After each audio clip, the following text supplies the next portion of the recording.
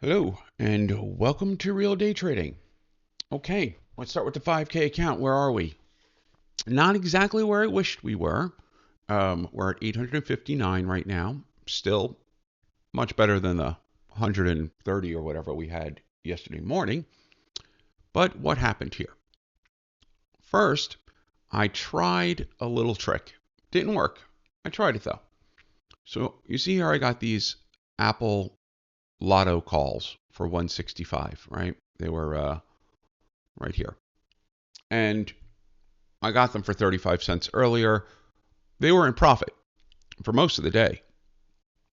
My thought here was, and we came really close, I put in a bid just above the price for the option. So when it was going for 30 cents, I put in a bid for 40 and so on and so on. Kept changing the bid, moving it up. So it would never hit the bid. As long as that bid was there, Ameritrade won't auto execute the option. Normally, when you have options that would put you in a margin call and it's approaching expiration, your broker is going to execute them unless you call them and tell them you're either monitoring the position, in which case they'll give you a little extra time, but not much. They'll give you probably to around, if you're lucky, 15 minutes before the market closes. Or if you have a standing order in there that looks like it may trigger, in which case they'll let it stretch out. Well, in the last 10, 15 minutes, I kept changing that order to right above the going price, so they never auto-executed it. And the hope was on the last candle, Apple would go over 165. We could take a look here. And take a look here at Apple, which seems to be dropping in after hours here for some reason. But you can see right here, last candle, it comes right up to it. It was at 164.95, 5 cents away. If it hit 165 and it closed at 165 or higher, those options would have been exercised. Meaning Monday morning, we would have had 600 shares of Apple in the account at 165. Given the current bullish state of the market, that was going to be a pretty good deal. And they would have called me and been like, you're in a margin call, you have to close this position. And I would have said, sure, absolutely. Oh my God, it slipped my mind. And then I would have held it until they called again and was like, what the fuck are you doing? And then finally I'd be close it and take profit. Didn't happen.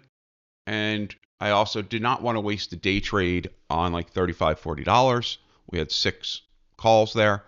So I just let it expire.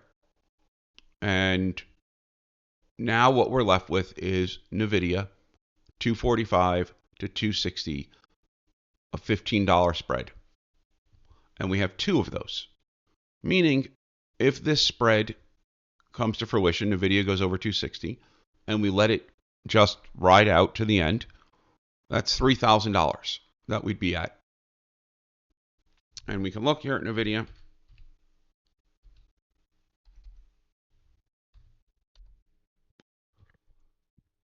And see, did pretty well towards the end. Now remember, we had those NVIDIA calls that we were hoping could bring us up to $6,000 today. And when the market started and opened, you see here NVIDIA was doing great, punching up here.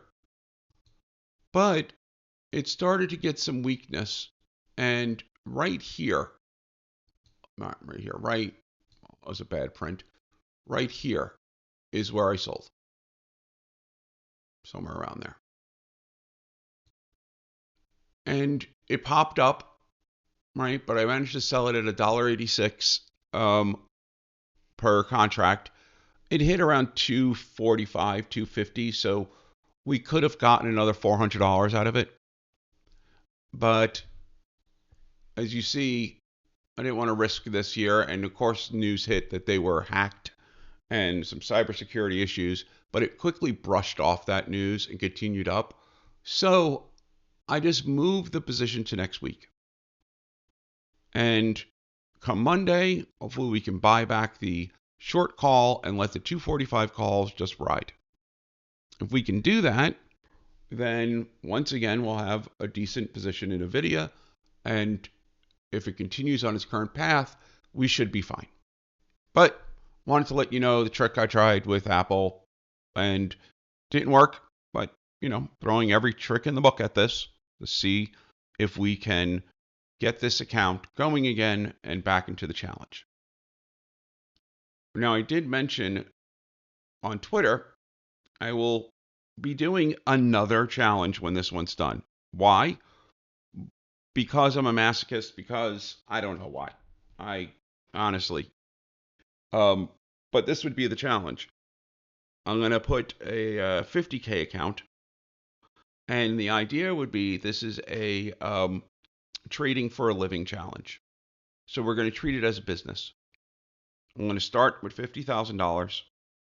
And you'll see at the end of each month, the profit we can take out to live off of, the amount of money we can keep in to grow the base amount for the account, and how we manage it every day and then each week and the month, and then looking at the stats on the account.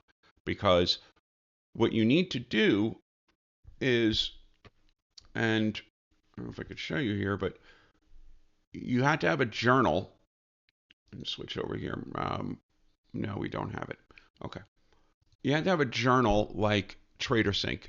And I have that TraderSync link for all of you if you want to use it. I think it's the best journal out there. And you have to use that journal to keep your stats up, because what you find is you will have certain numbers to hit. If you just take win rate, average number of trades a day, and average profit per trade, those three numbers, that will tell you exactly everything you need to know about what you need to hit for the end of each month. The higher the win rate, the less trades per day, the less profit per trade you need, right? That's why getting your win rate up takes the pressure off of every single trade. It also has a great psychological effect as well. I wanted to quickly also address, before we move on, a lot of people are, they don't want to do this 2-year long program where for the first 6 to 8 months you're learning, then for the next year you are paper trading and mastering the method and the strategy, and you're doing that until you can consistently get a win rate over 75% and a profit factor over 2. And when I mean consistent, I mean month after month, right? Now, some people maybe can do it in 8 months or 9 months, but on average, it takes about a year to get there. And then when you finish that, then you do around 6 months of trading one share and one contract. And you keep doing that until your win rate and profit factor is 75% and 2 or higher. Other than teaching you, what this does is when you actually start trading at regular position size, you now have confidence in the method, right? Because seeing me do it or someone else do it, that's one thing. Okay, it works, people, but you have to know that you can do it. Otherwise, you'll be sitting there with a position that is underwater, freaking out, and not know, oh, I should sell this, but the daily chart's good, I don't know what to do. Well, if you spent the last year and a half doing this method over and over and over again, and I have a 79% win rate with this setup, you're going to have a lot more confidence in your ability and your position to not let your P&L guide you as to your decisions, because that is the worst thing you can do as a trader, is be guided by your P&L, which I know is a little sounds opposite, because the whole thing's about making money. But trust me, you don't want your P&L to be, driving your choices. You just don't want to do that because it's bad. It's all bad. Okay, let's see what we wound up doing today. A couple of really good trades in here. Well, all right. I cashed in on those butterflies. Google and Amazon made a really nice profit on both. The bracketed butterflies are a great method. I say that because I invented them, but they work.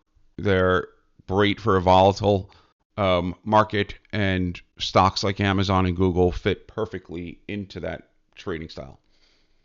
A couple of stocks I really like here. CVS is really good. We'll take a look at that one. We'll take a look at CVS. I really like CVS. I really like LMT. I really like NUE. So let's take a look at some of these here. And okay. Deck the halls with boughs of holly. For those of you who don't know, I whistle and hum Christmas songs all year long, except during Christmas. Just a little weird quirk. Okay, let's start with CVS. Here we are. There we go, CVS. Okay. So here we have CVS, and it is just right there on the 50, right? It's 104.14, and it's right there on the 50. I like trades that are in this position. Why? Why not wait for that confirmation here? Because I have an absolute 1 or 0. Either this stock is going to break through on Monday, or it's not. If it doesn't, I close the trade. If it does, I add to the trade. It's a really simple 1-0 here. The fact that it's 4 cents below the 50, 4 cents above the 50, it's the same thing. It's right on the 50. And so whichever direction it chooses, I know I can either add to the trade and increase my my return, or cut the trade loose, and I won't have to wait very long to see if the sector and the stock is going to be strong on Monday. I'm just going to very quickly make that decision. Let's take a look at NUE. This basic material sector, this is like the hottest sector right now. Everyone wants in on it. And not only is it the hottest sector that everyone wants in on, but this stock's at an all-time high. And I love stocks at an all-time high, which most people, when you're a new trader, look at a chart like this and you go, I'm shorting here. Look at that. It's going to bounce. It's going to come back down. The reason I like stocks at an all-time high is there's no reason for anyone to sell up here. No one is bag holding in the 135s, 140 area and bought it over here. Everyone here, because it finished pretty much at the top, everyone on the stock is in profit. So either they're taking profit, which, okay, some might, but most serious traders don't. They're going to hold this stock. They might even add to this stock. Stocks at an all-time high are very likely to continue up, and usually with strong upward momentum after they hit the all-time high. So I like buying stocks right there. So I have NUE calls, which I like.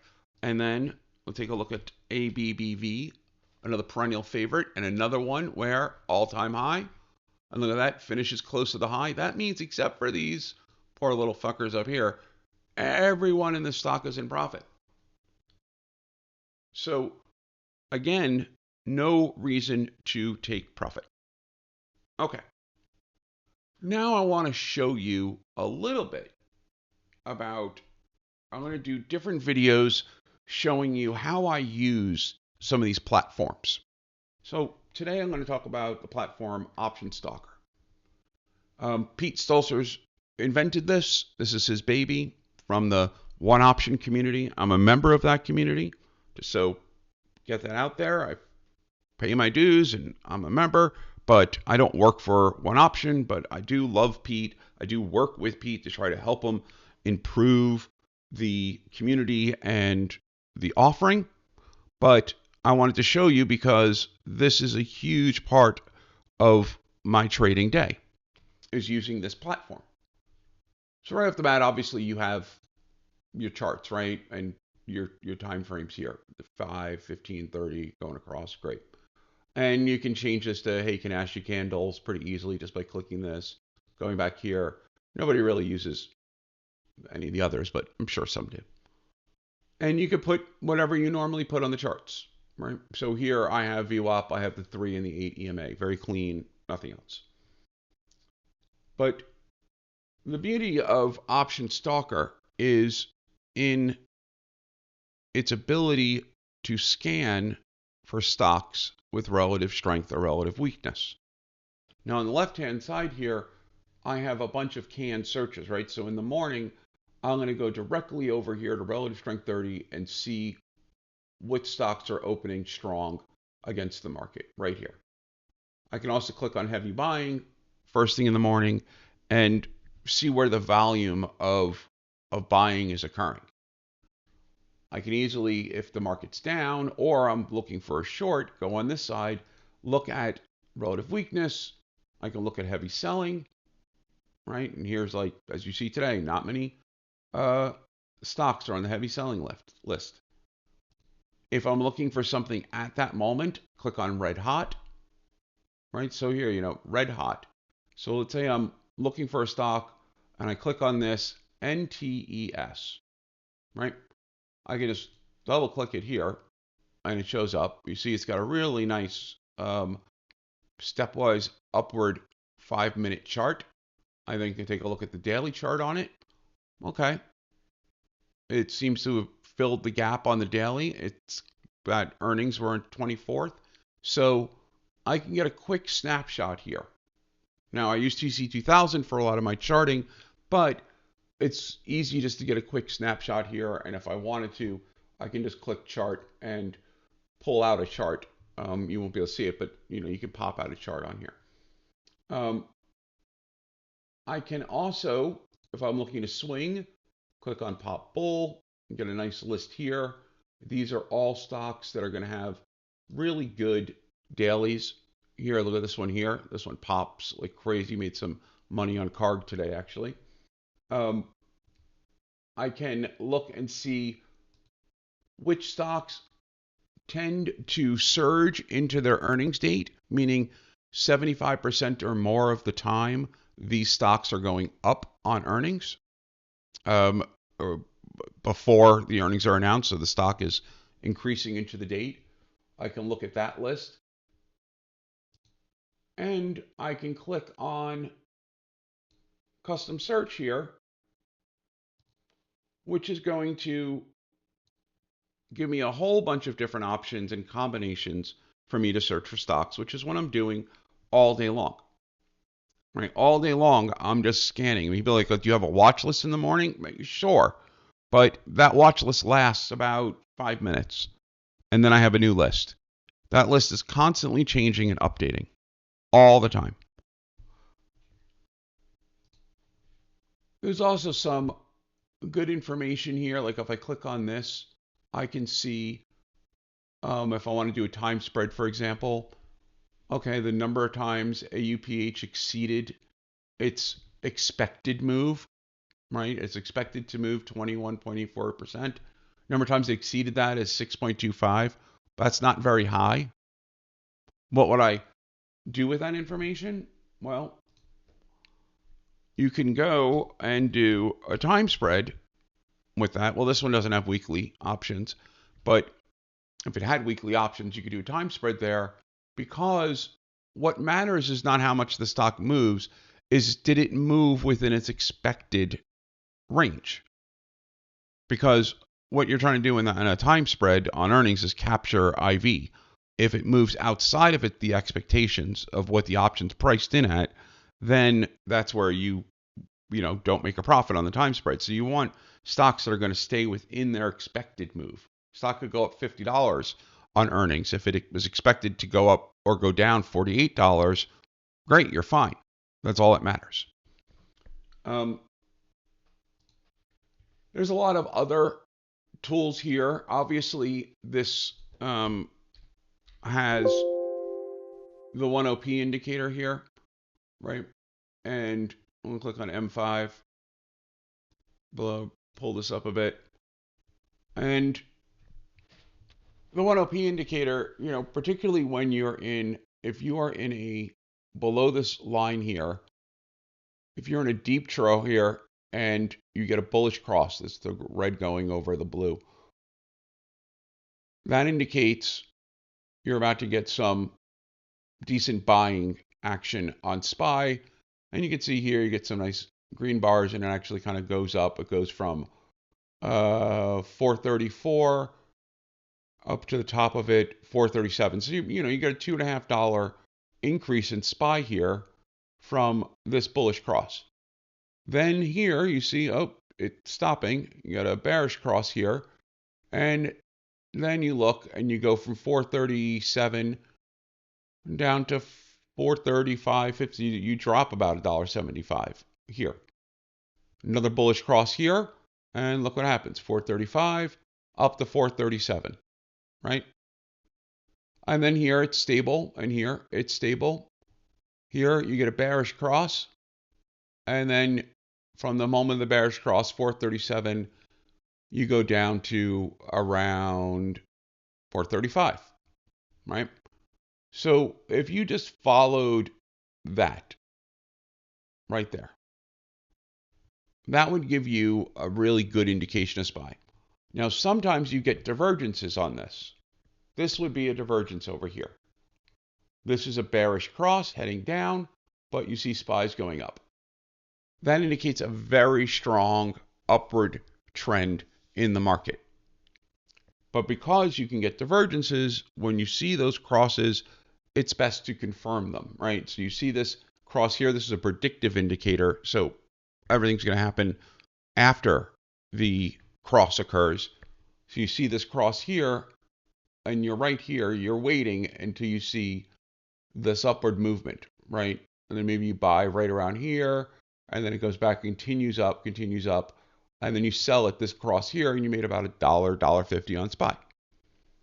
Here, when you had this cross, you would not short it because you're seeing green candle up, doji, another green, bullish hammer, green. So you're getting that off this bullish cross here, right? So you start the day, it's nothing, it's just chop, bam, bullish cross here, go long, up, bearish cross, you get out. Oh, it's a bullish divergence. So you're waiting, cycle repeats. Bullish cross, okay, going again, up. Nope, bearish cross, get out. Or you can short. See? So the 1OP is unique in this sense because you can use it to trade SPY, obviously. You can use it to trade SPY futures, obviously. But because you're trading relative strength and relative weakness to SPY, and you see a bunch of stocks that have relative strength, and you're right here, right? You're right here in time. And you have a list of stocks that have relative strength. Like, for example, I had CARG. And I go long. After I see this is confirmed, I go long. And the stock goes up proportionally more than SPY does. I make a higher return on the stock. So that is kind of what I do with that platform. I use it all the time. It's always open when I'm trading. I'm always looking at that 1OP indicator. So it's very helpful. I Also use an equal time TC2000. It is the best charting software out there. Yes, the TC2000 especially costs money. So does the one option. All these things cost money, and there are a lot of free um, offerings out there. And I put a list of a bunch of free offerings that are in. It's in that, read the damn wiki and you'll see them. But you get what you pay for, right? There's a lot of things you can't do with free shit, and I would not recommend people spending a dime until they are made progress through that program I laid out, that 2-year program. If you're starting out that program, you should not be buying TC2000. You should not be signing up for one option. You should not be paying money to FinViz or any of these other things, because you need to focus on learning how to trade. And as you get better, you can start adding things. The first thing I would add is a trading journal. That's one of the cheapest things, but I would add that like right off the bat. I, again, love TraderSync, but there are plenty of trading journals out there. Then, if once you finish that, that is when I would start looking into, if you're going to investing into a better computer, like having more monitors, faster computer. That is essential. Good Wi-Fi is essential. I would look into your charting software. Again, there's nothing you really can't do with TC2000.